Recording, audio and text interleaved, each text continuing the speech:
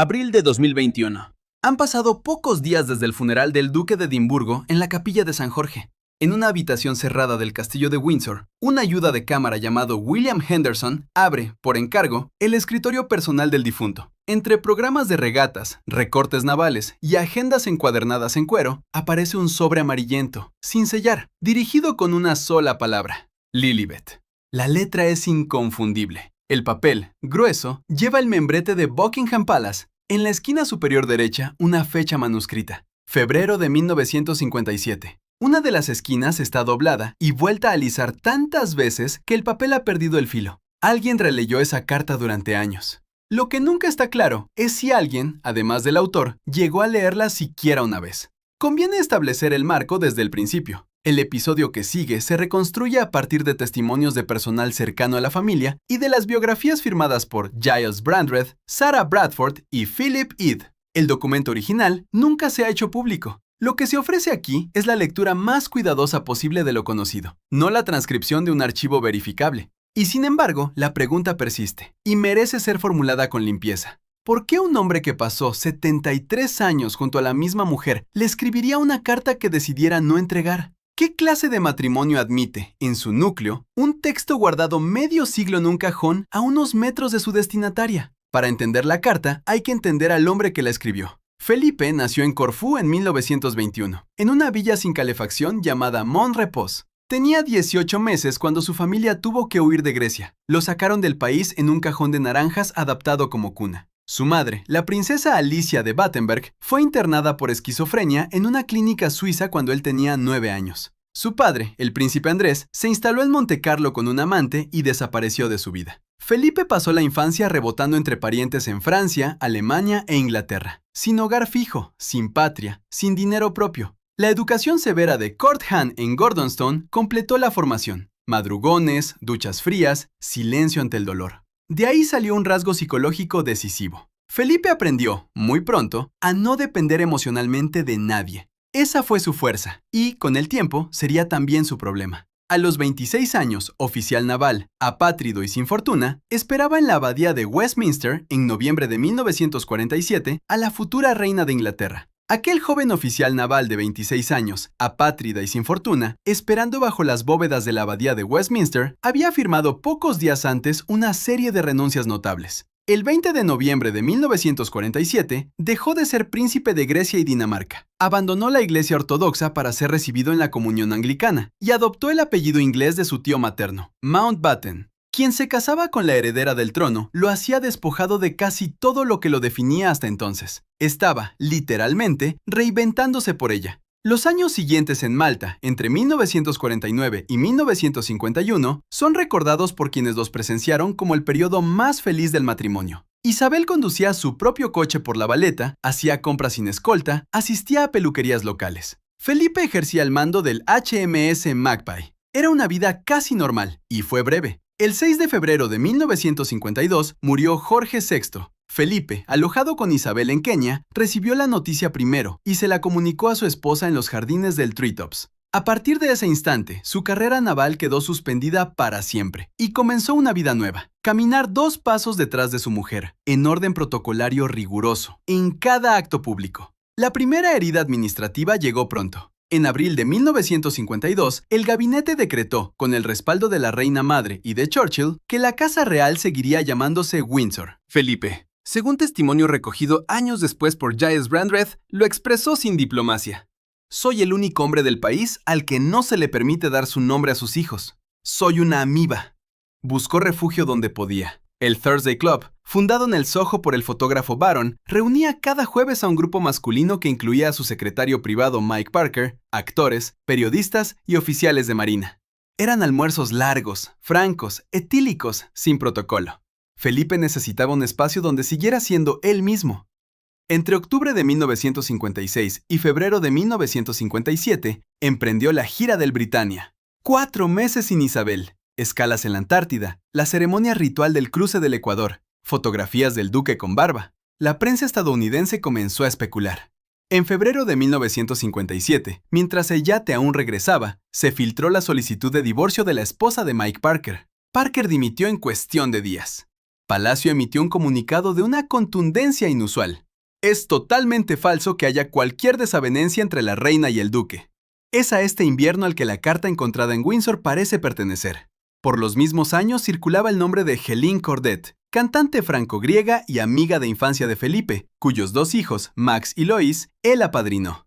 Sobre la paternidad se especuló durante décadas. Felipe nunca se molestó en negarlo públicamente, lo que para algunos fue prueba de inocencia, y para otros exactamente lo contrario. Mientras tanto, en su escritorio del invierno de 1957, escribía palabras que decidiría no enviar, a unos metros de una Isabel que cumplía su agenda oficial sin saberlo.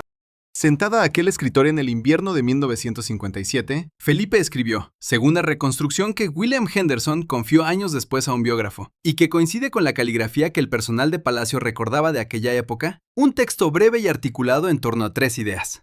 La primera era una disculpa, por la irritabilidad pública, por los exabruptos presenciados por ayudantes y secretarios, por la dureza que a veces dejaba ver en presencia de terceros. La segunda era una reflexión sobre la identidad. Una frase atribuida al texto resume el conjunto. No sé quién soy cuando no soy tu marido en público. La tercera era una declaración de lealtad incondicional, expresada sin adornos. Conviene subrayar lo que la carta no contenía. No había confesión de infidelidad. No había nombres propios. No se mencionaba a Helene Cordet, ni a Mike Parker, ni al Thursday Club. Era, en esencia, una rendición emocional escrita por un hombre entrenado desde Gordonstown para no rendirse jamás. ¿Por qué nunca la entregó? Es una pregunta que admite una respuesta razonada. Felipe pertenecía a una generación y a una formación naval que consideraba la introspección escrita como una debilidad, y la entrega de tal texto como una imposición. Entregarla habría obligado a Isabel a responder, y la reina, según todos los testimonios coincidentes, prefería el silencio funcional a la conversación difícil. Patricia Mountbatten contó que el matrimonio rara vez discutía los asuntos serios cara a cara. Se comunicaban a través de notas breves dejadas en bandejas de plata por los pasillos de Buckingham Palace. Una carta extensa habría roto ese código doméstico. La respuesta de Isabel, sin palabras, llegó pocas semanas después. En febrero de 1957, lo nombró príncipe del Reino Unido.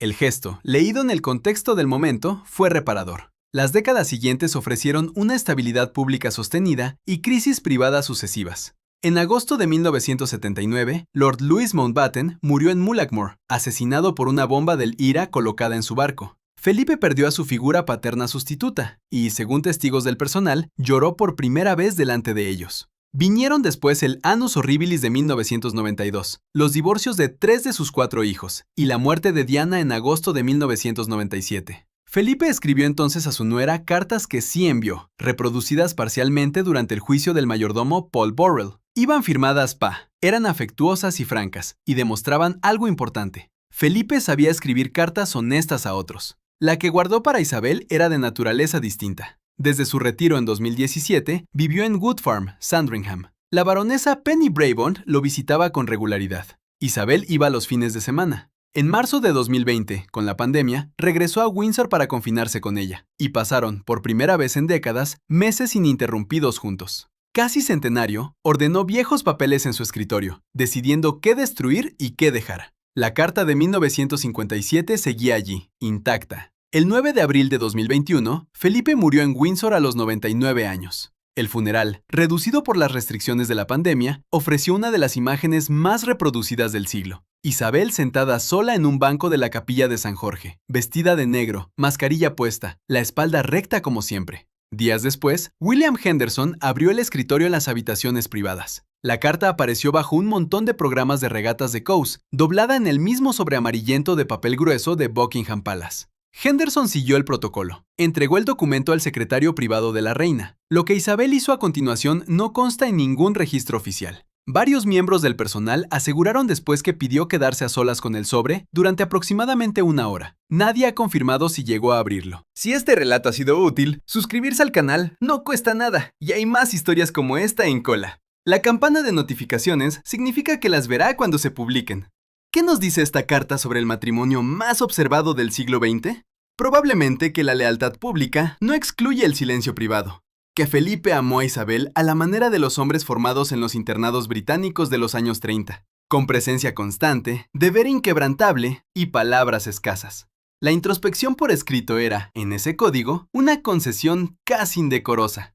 Hay una paradoja en el centro de todo esto. La carta solo cumplió su función al no ser entregada. Entregada en 1957, habría obligado a la reina a responder, y Isabel prefería el silencio funcional a la conversación difícil. Encontrada en 2021, llegó a la viuda, cuando ya no exigía nada. Conviene volver al detalle del principio. El papel grueso, la esquina doblada por haber sido leída muchas veces. No por Isabel, por él.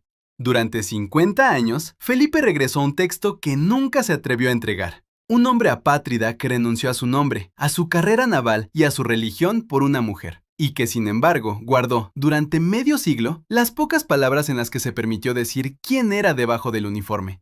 El sobre amarillento volvió a cerrarse, esta vez en manos de Isabel, en una habitación de Windsor en abril de 2021. 50 años después de haber sido escrito y unos días después de haber dejado de tener destinatario posible.